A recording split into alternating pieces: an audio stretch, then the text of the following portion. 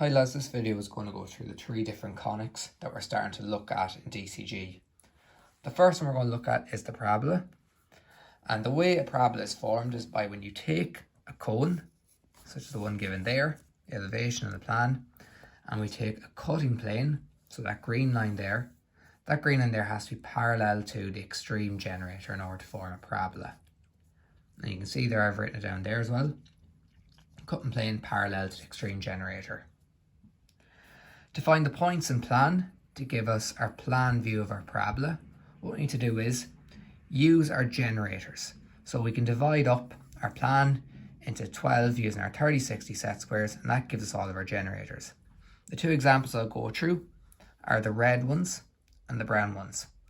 So for example, that red line in elevation, that's one generator, but in plan we can see it's clearly two because there's going to be a generator at the back and a generator at the front. To find those points, we drop those down and we connect them up there, take it down to the bottom, connect it up there.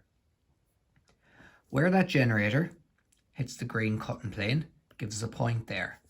When we take that point down, it gives a point at the back of the cut and a point at the front of the cut.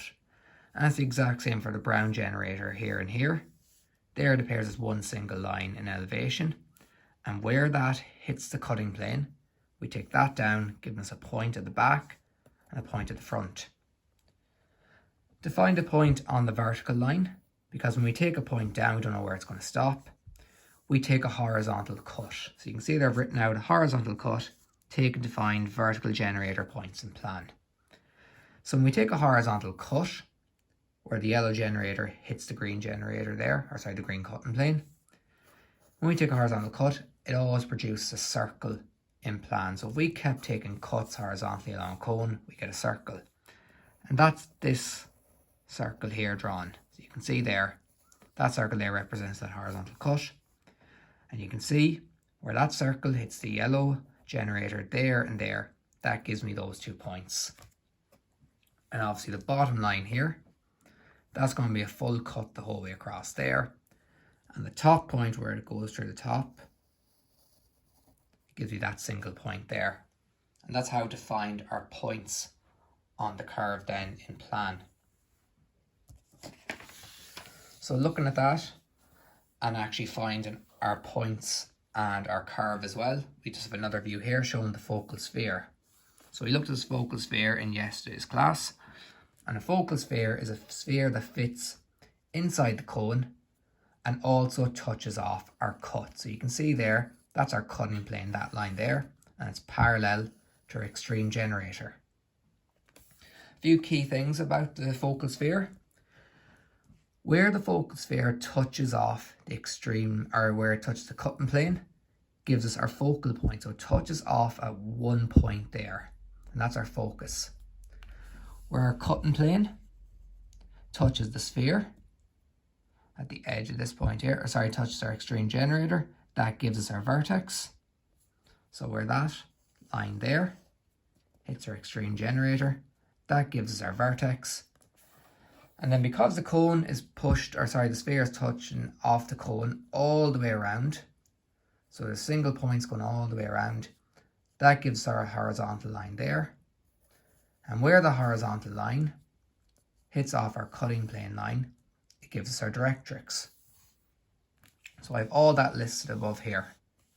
So the directrix, it's a line where the cutting plane intersects with a horizontal plane formed from where the focal sphere touches the cone. The focus is a point where the cutting plane touches the sphere. And the vertex is a point where the cutting plane touches the extreme generator. So the extreme generator there, and our cutting plane there.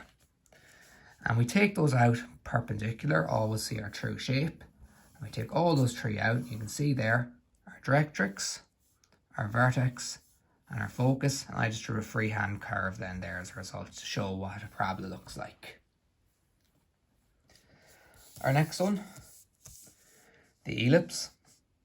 It's the exact same method again involved, except this time you can see the difference in the cutting plane. I just move that down. The cutting plane passes through both sides of the cone, so it has to touch off both extreme generators. And that's how you produce then an ellipse. You can see once again, I've taken a horizontal cut to find our yellow generator in plan. So the exact same method that I have listed here is applied here again to find all of our points in plan. And we divide our plan up once again, as always, into 12 using our 30/60s. And you can see there, if we look in perpendicular to our cut, we see the true shape for ellipse. And I've just given you an example there. This point here on the cut, if I take that out perpendicular, follow it down in plan, I can take that red width there and apply it. Because when I'm taking an auxiliary plan, I have to go down here to get my distances. Or sorry, an auxiliary elevation. I'm getting my distances. The next one, or sorry, the lower half here then. Same idea again. This time you can see, because the cutting plane is at an angle going through both extreme generators, I'm going to have two focal spheres. One focal sphere is going to touch off the cone all the way around and also touch off the cutting plane. And because there's it's going through both extreme generators, I'm going to have a focal sphere below as well. And that's going to touch off the extreme generators and also touch off the cutting plane too. And you can see when we look in perpendicular, the directrix once again is given where the cutting plane intersects with the horizontal plane formed from where the focal spheres touch the cone. So where the focal spheres touch the cone, they touch them at points going all the way around, they produce that horizontal plane there going across. And where that intersects with our cutting plane, it gives us one end of our directrix there and the other end of our directrix there. Our vertex is where our extreme generator touches off the focal sphere, giving me this point here and this point here, and they're extended out. And then the focus, they're found or a point where the cutting plane touches the sphere. So the touch where the cutting plane touches the sphere then, and that gives us that point there and that point there. And you can then draw your curve as well. So I just did that freehand curve again. And the last one, the hyperbola.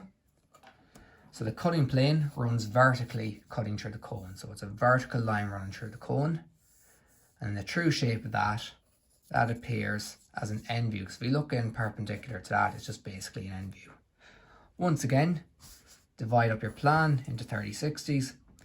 And for example there again, if I take this width here, so where the two brown generators, where they hit our cut here and here, we take that width, which is width 3, we follow the brown points up to where they hit the green generator there, sorry, the green cutting plane there, take that across, and we get our width 3 there as well each side. And we repeat that for the exact same for the blue width and then the extreme width then, giving us width 1 and width 2.